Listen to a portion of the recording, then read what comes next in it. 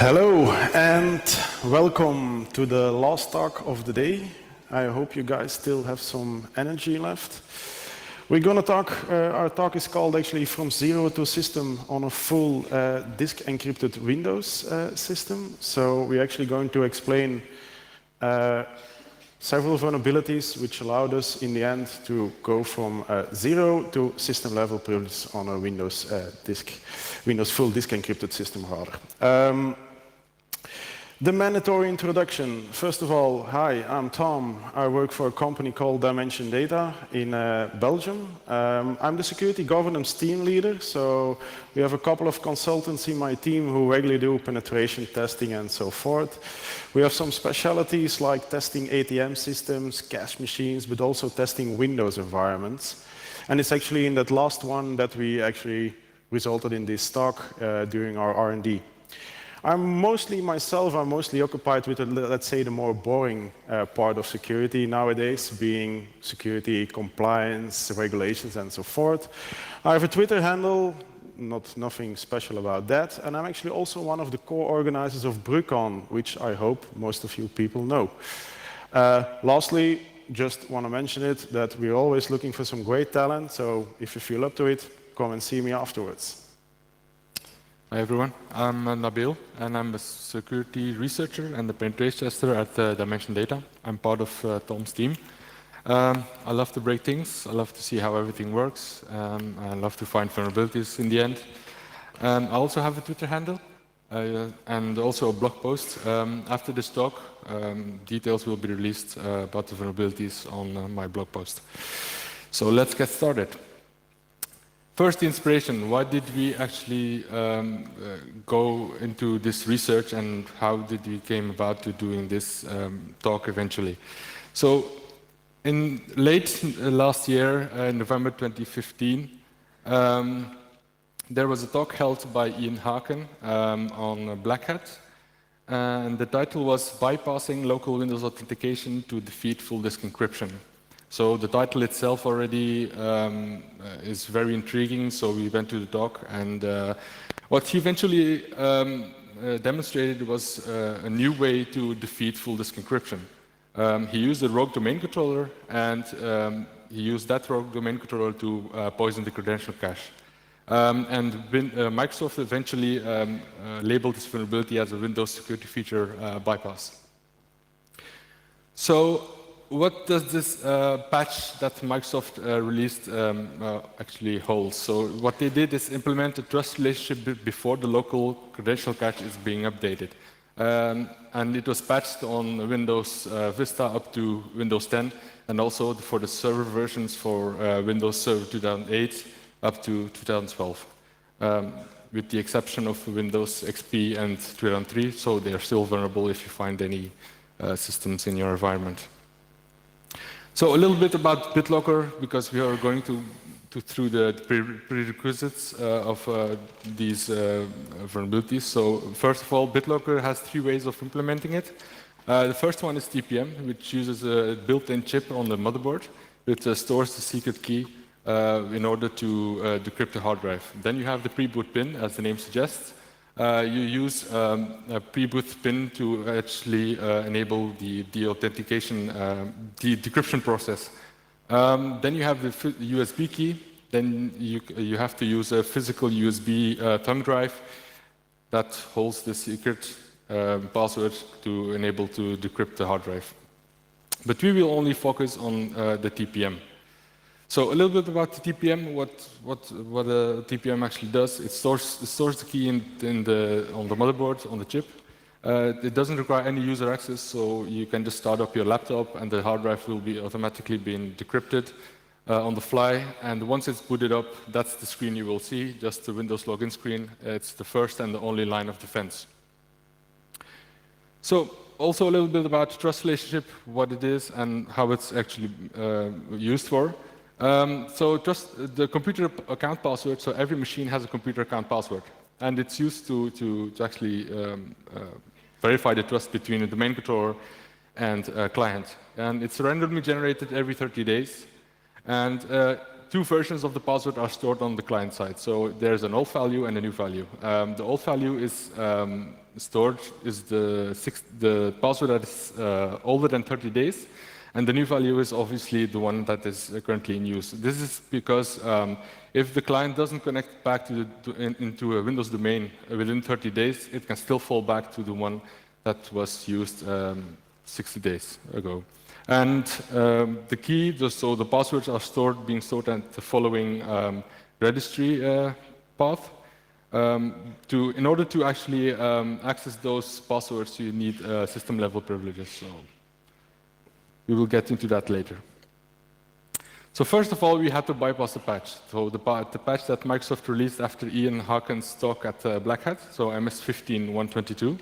So that was our first hurdle. We had to actually bypass the patch that Windows implemented. We weren't really convinced that Microsoft really patched it very good. So we had to look at the difference in the communication.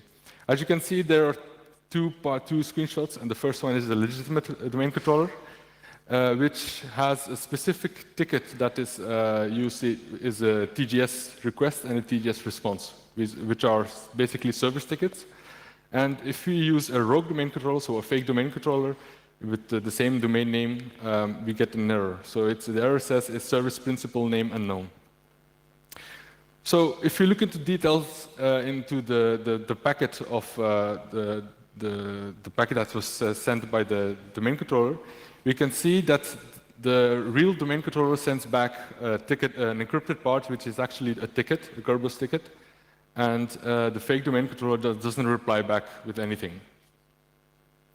So a little bit about SPN. So SPNs, what MSDN says is SPNs are used to support mutual authentication between a client and a client application and a service.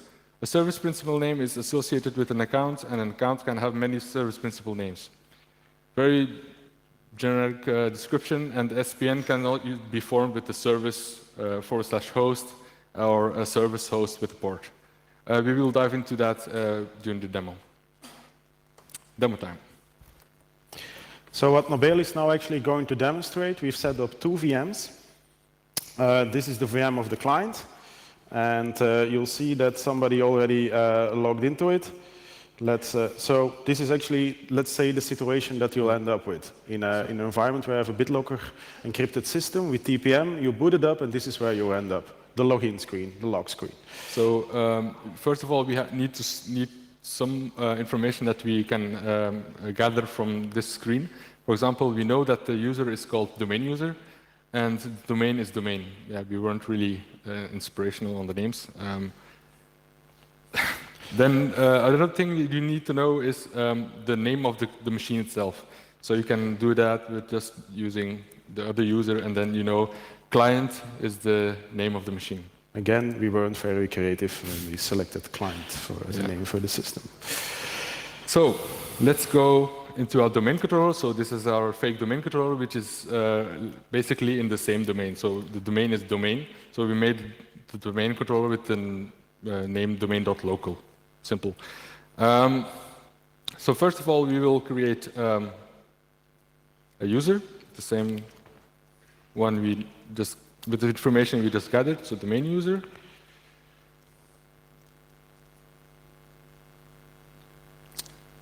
Just to demonstrate, we did the password test. Yeah, if you set a very low password policy, right? A very easy one, just for demonstration purposes, because it's your control, it's your domain control. You can do whatever you want with it. So we created a user, just to demonstrate what happens when you just log in with the password. So it says, the security database on the server does not have a computer account for the workstation trust relationship. So basically, the client says, I don't trust the domain controller, so I won't let you actually log in. But to bypass this error, you just create a computer account or a computer object, the same name. There you have it. Then you move on to edit to actually modify the properties of that object. So properties, SPN. SPN, yes. That's the SPN that I explained earlier, that is used to actually support mutual authentication. So we just do host, client, and host. Then the full domain.local.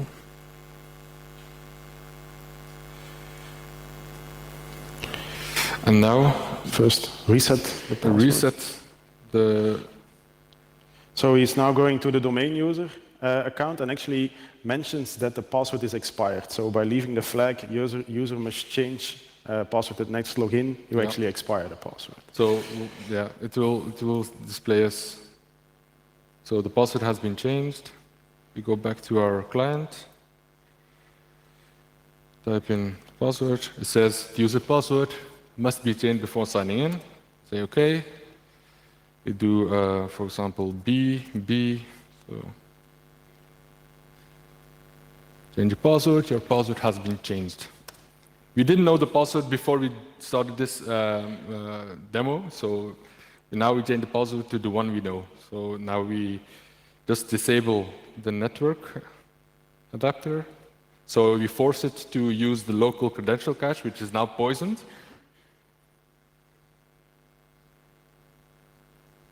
And in everything as well. We have access. You exit the system.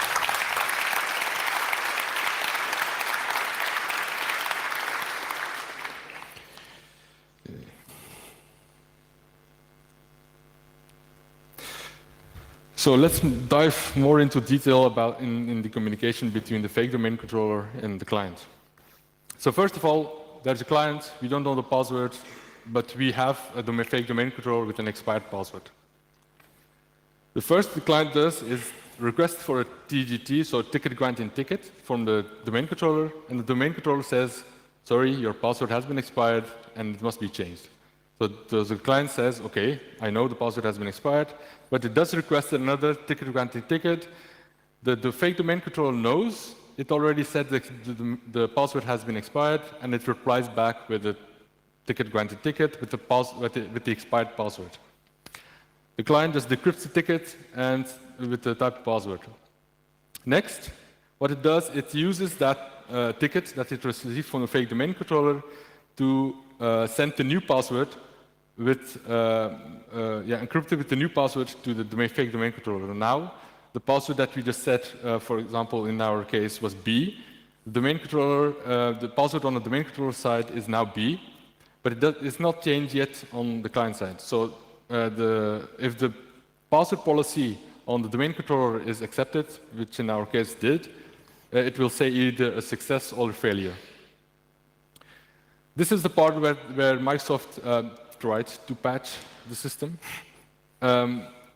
First of all, they sent an initial request for another ticket granting ticket with the new password. The server replies back with the ticket granted ticket. Then the client requests a service ticket together with the ticket granted ticket that it received. And the fake domain controller replies back with an invalid service ticket, because the service ticket is based upon the machine password, which we don't know. It's something that we don't know, it's something we can't control, but it does send back an invalid service ticket. Then the client changes the password, and after it changes the password, it verifies the ticket. So eventually, conclusion, the patch that was implemented by Microsoft, it only checks if the service ticket has been received. If it does, then it changes the password. It only validates it after a password has been changed. So the damage is already done. So we have access to the system, we can do anything we want. It was patched as MS16014 with the CVE number 2016-0049. And the suggested workaround that Microsoft mentioned was disable the local password caching. But that essentially turns your laptop into a desktop, which is not really an option for many people. So, and it's all patched on all supported versions of Windows. Blue box. So Ian Howe can actually automated this attack in a very neat way, and both exploits, so the one we found and the one he found, are now in a GitHub repository that can be used, and it's written in Python, so it's an easy language, so you can actually manipulate it the way you want. The password change happens in less than a minute, and it's portable in a Raspberry Pi, so you can just just plug it in, change the password, and do your thing. Another functionality that he also implemented was the zero downtime attack, which essentially means that the targeted client machine is never going to lose connectivity. So it will be able to change the password without any loss of communication in the meantime. So kudos to Ian Haken for making this automated, and you can just get it from there. So, thank you.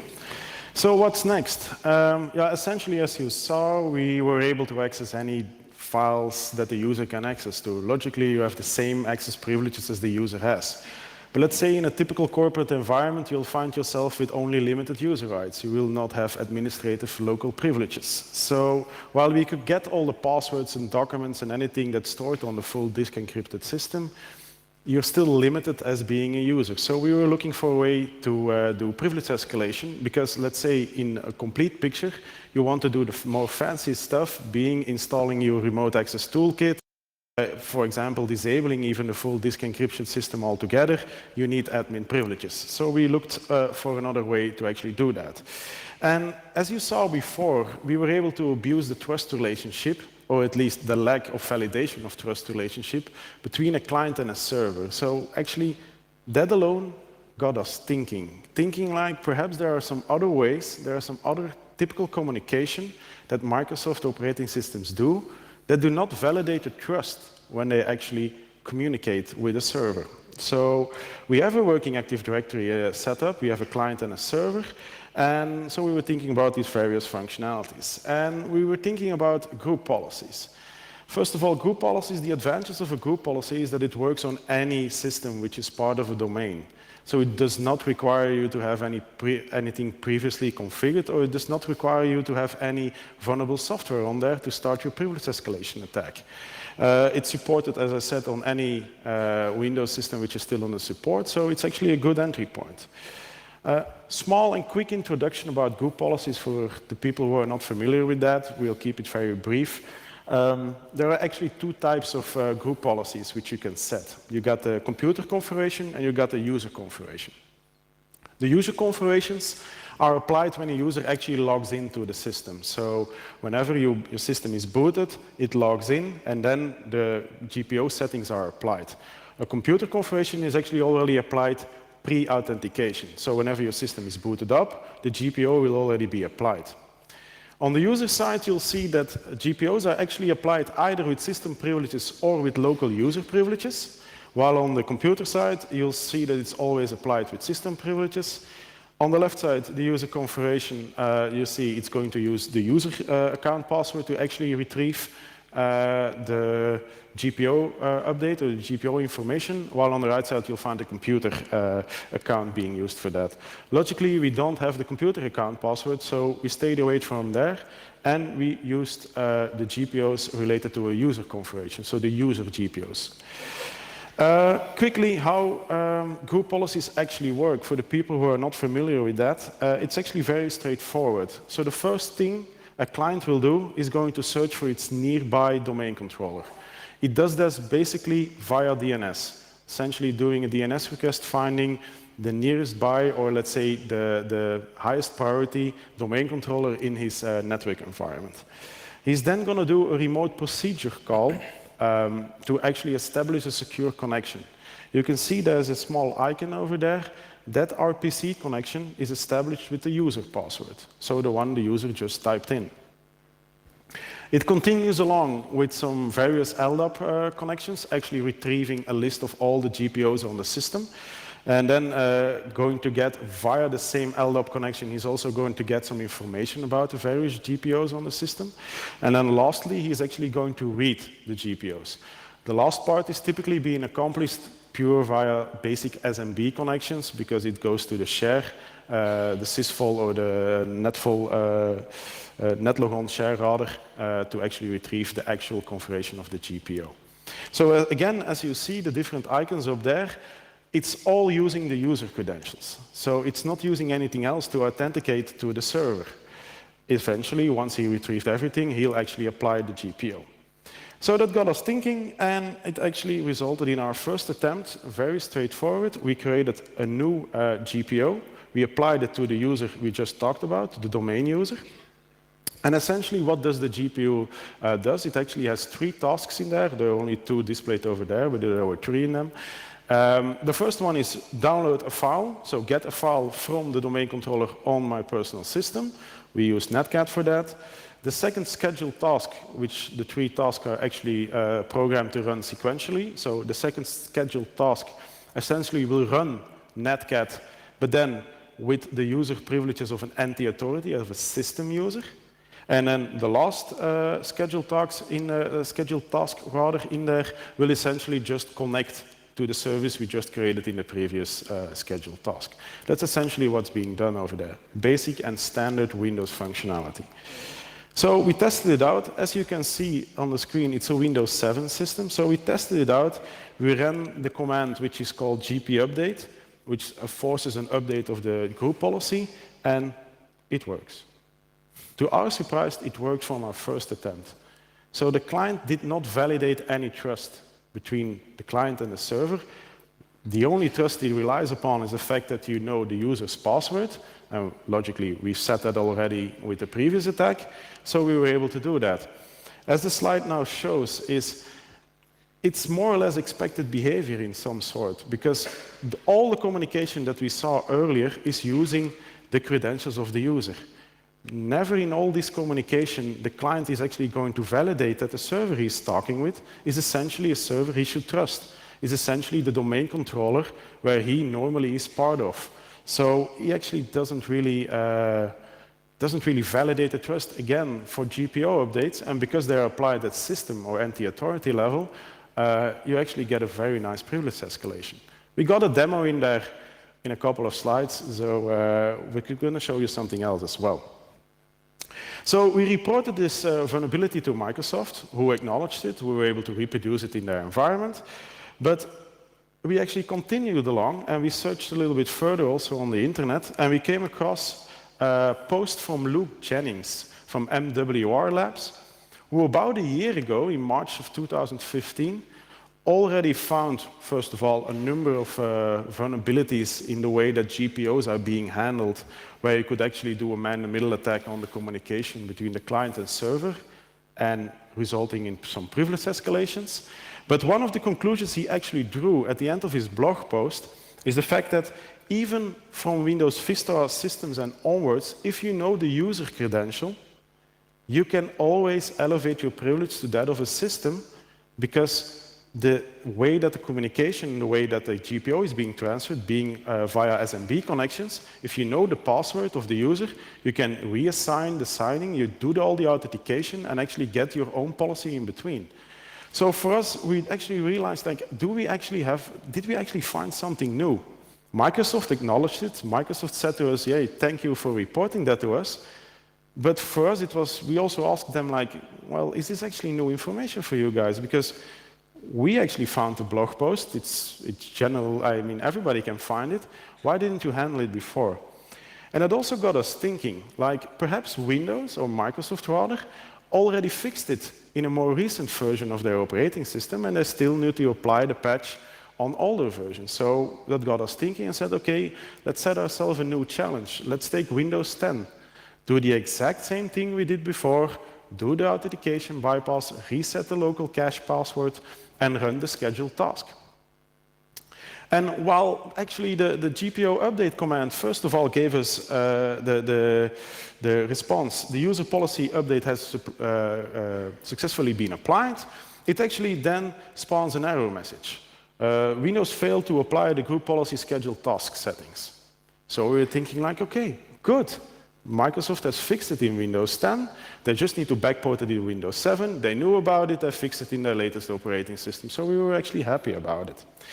So when we actually looked into the error message, which perhaps could give us a clue why the update failed, we started to look at the event manager, and we came across an event ID. You also see the user ID over there, which, by the way, is the user ID of NT-authority, of the system user on any Windows system. And it again gives you an error message, error 2. We searched on the internet, we searched on multiple places, MSDN, forums, and all that. We were unable to find somebody who can explain to us why this error message was there. So it had nothing to do with an unauthenticated or an error message to do with authentication failure or so forth, or trust validation failure. We didn't know why the error was there. So we started to compare. Okay, it worked on Windows 7. Why doesn't it work on Windows 10? So we looked at the communication, and remember I talked about how GPO updates work. You have DNS, you have RPC, and then finally you'll have several LDAP queries which are being executed. And this is the one which is being done on Windows 7. And you'll see it actually goes through there, and in the end he'll actually get an identifier of the policy he needs to apply. When you look at the exact same communication on Windows 10, you actually see in the end, after he receives that information, he does another LDAP request using an SID. Using an SID, he's going to connect again to the LDAP. He has a secure connection to the LDAP server, and he's going to query the LDAP database rather with an SID in there. And the SID is the one of a user. Again, small and quick explanation of what an SID is actually all about. So an SID is formatted like this. The first 4 parts, so the S1521, is generic for everybody. It's always the same. And then you have a part which is called the domain security identifier. The domain security identifier is actually the machine ID the first time you create a new domain. So if you take, let's say, a Windows 2012 system, any Windows system will have an ID. But if you promote that Windows 2012 system to a new domain, it will actually take the machine as ID and use that as the domain security identifier. So every object in that domain will get that domain security identifier. Added to that, you'll find the RID, or the relative ID, which is essentially just a sequential numbering to assign to every object in your Active Directory environment.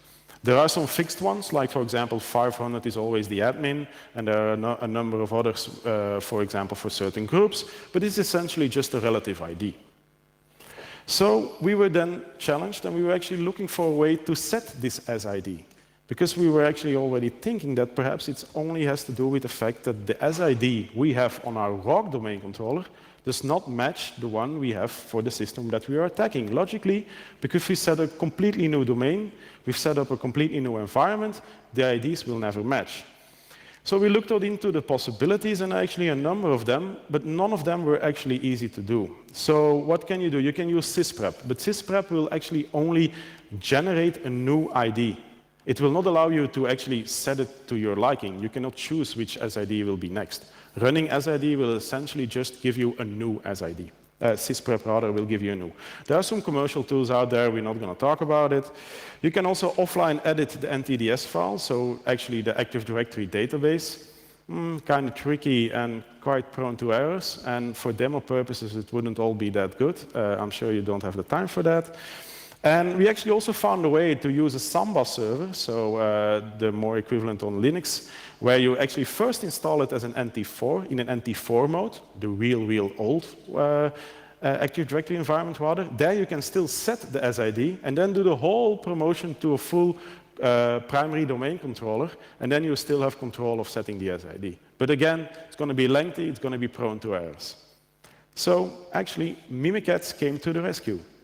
When we were creating this talk, back in May, when we were creating the slides rather, we were actually looking for a way to demonstrate to you guys how we could actually continue with it. As I said, demo will follow. And we came across an update from Mimikatz, created by Benjamin, who is actually here, by the way. We invited him. And the newest version, in the beginning of April, actually had a new module in there, which is called the SID module, which allows you to manipulate, look up, query, and actually change SIDs of objects in the Active Directory environment. So we're, okay, good. Let's try this out. So I'll be guiding you guys through the demo again. So as you can see, we are already logged in. And let's just, for the sake of completeness, let's just run the gp update command and see what happens. So gp update, we will target the user configuration and we will force it. So it's now just going to refresh the GPO configuration you have for that particular user. Let's hope we pray to the demo gods that it works. We don't have a backup video, by the way. Yeah. So this is it. If it doesn't work, sorry. So you see this exact same error message actually that we've shown you earlier. He was unable to apply the schedule task. So before we go to our rogue domain control, we need some information. We need the SID of the user that is on the client's PC. So this is the SID, as you can see. Now we go back to our fake domain controller. So just open Notepad. Let's go to @cedit. Just to show you guys that the SID is completely different from the one we want it to be. So, as you can see, we want it to end with 0014, and not only that, even the whole part is totally random, so we need a way to set it. So, as Tom said, we will go to Mimikatz, command prompts, Mimikatz, then run it as. So first, you'll have to type in the command privilege debug to put it in debug mode. You have to patch the NTTS service, so that's been done. Now we will set modify, yeah. Use some domain user new.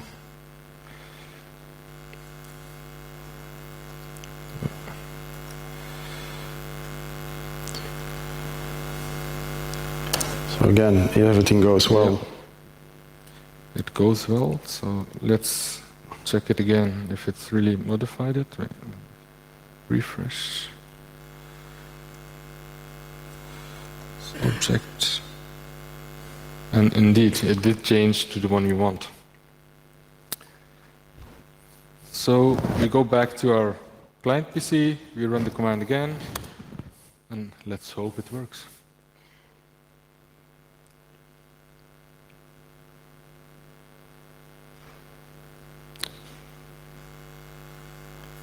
Yeah, let's hope, let's hope.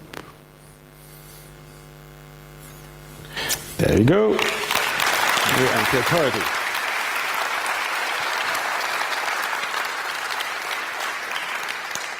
So as you can see, we are running a system. We have full control over a full disk encrypted system. So yeah, it's game over. Yeah. So let's go back to the slides. Yeah.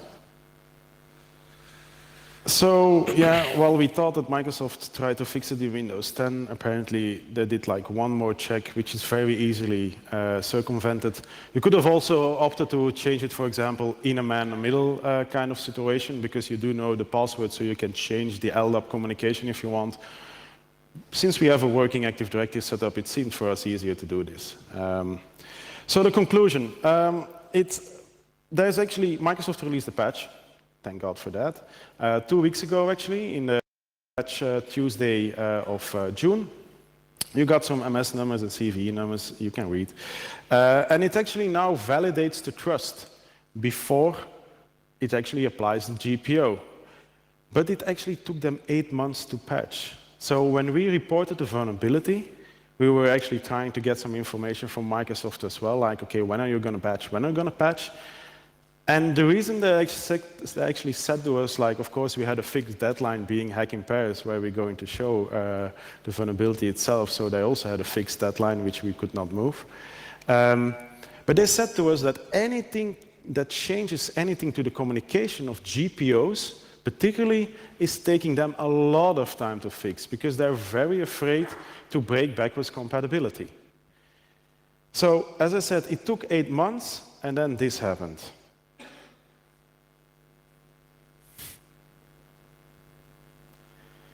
On Wednesday, after the patch, the internet was full of people really shouting out to Microsoft on various forums, various locations, saying like, hey, you broke my GPO configuration in a corporate environment.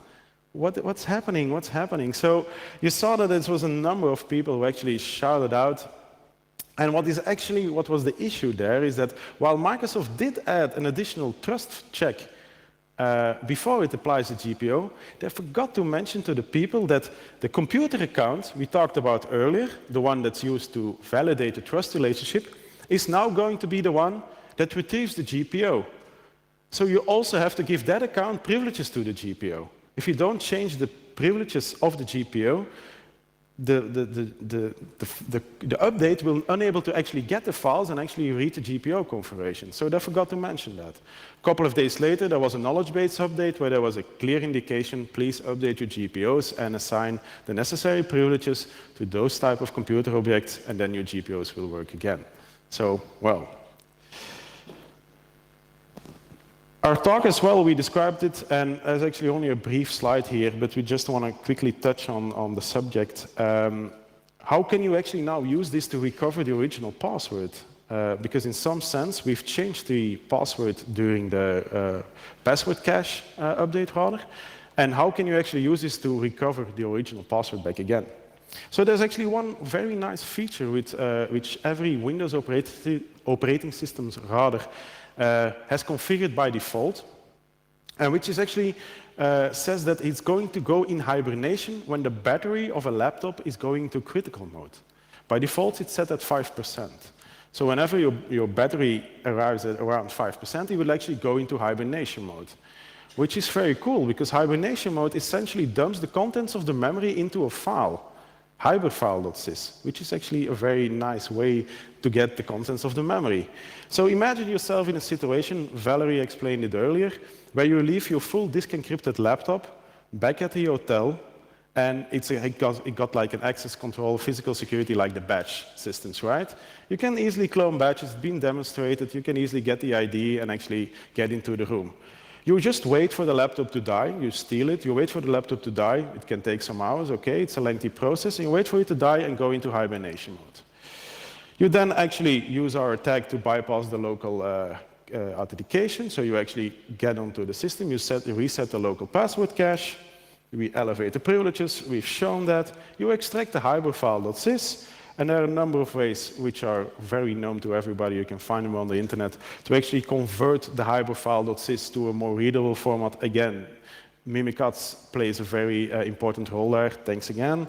And you can actually get the contents of memory, which was in the memory when the system was in a locked mode, back on you to control, and actually extract an encrypted version, or actually in some cases, a plain text version of the original user's password.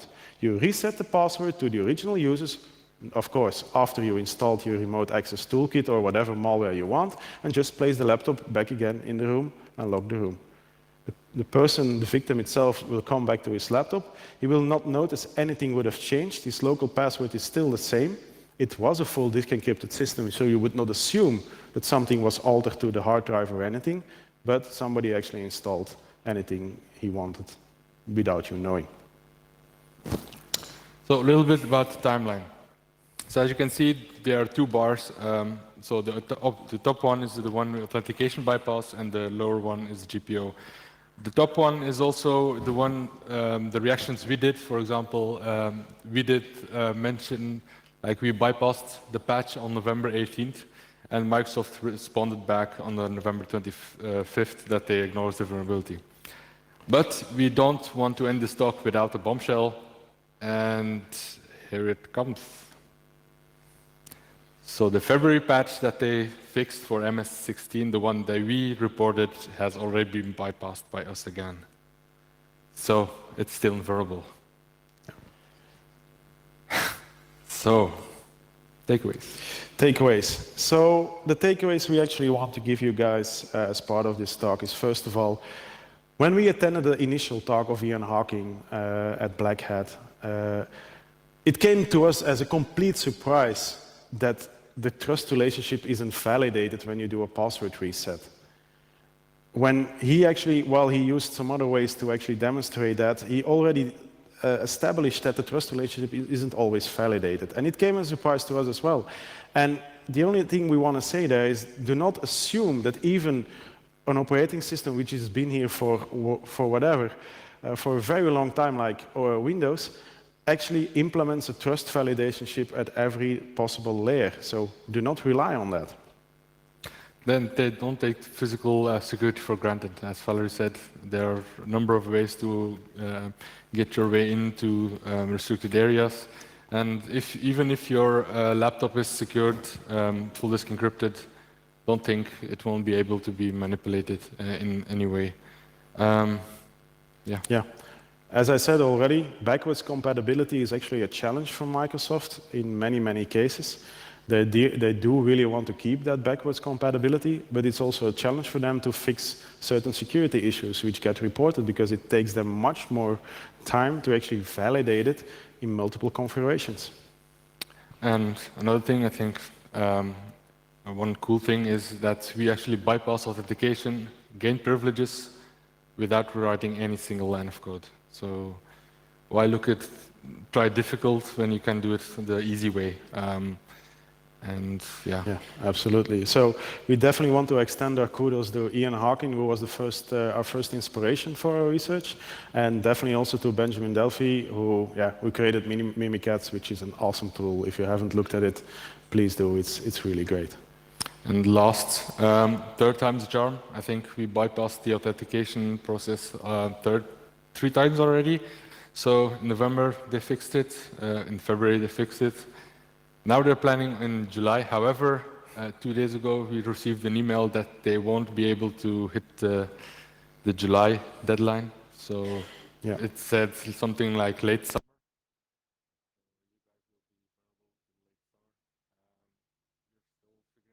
They will give out some details or not. So in July, normally the 90-day disclosure deadline, which typically a researcher will set, will pass. We've already been quite friendly with the GPO updates. We're probably not going to release it in a 0-day format anyway, but still, you do want to follow up on these things. That's about it. If there are any questions, we're more than happy to answer them.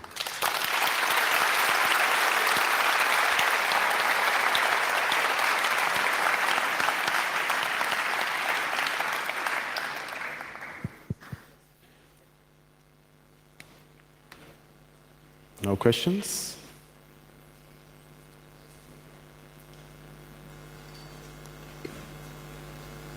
No. There you go.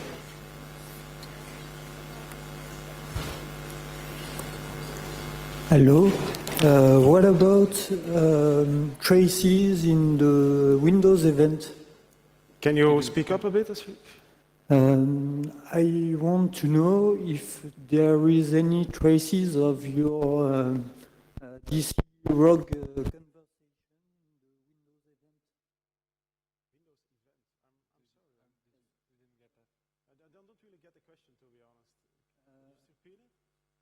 When you do some response on incident, yes. You look up for event files. Yes. And does this attack leave a lot of traces? No, traces. Well, actually, not really, because essentially it's basic Windows communication, right? You haven't seen any error during the demo.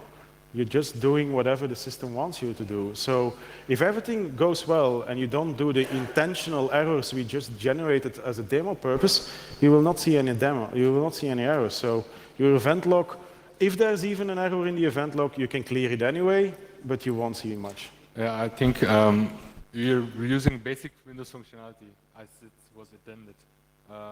So I don't think we will see any errors because we are not using any buffer overflows or any kind of exploit techniques to actually trigger something. It's pure functional Windows functionality that can be abused in malicious ways. Okay, thank you. Thank you.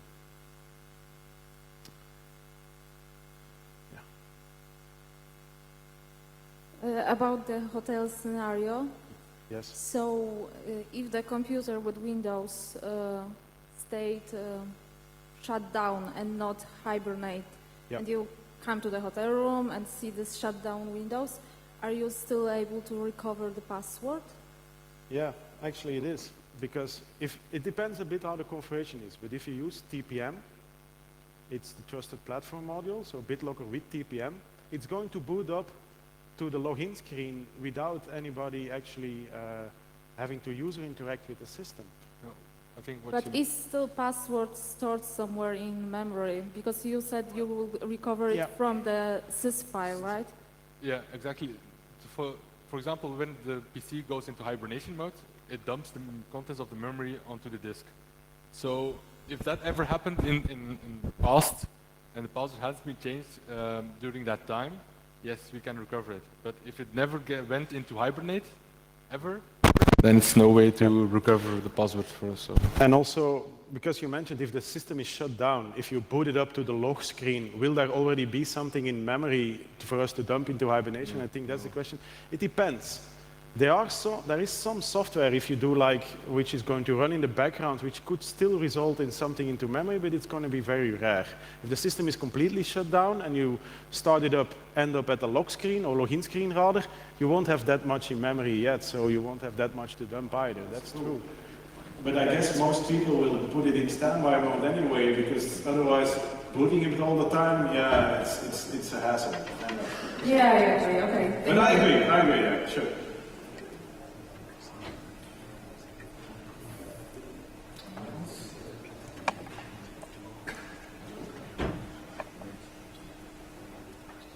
Okay.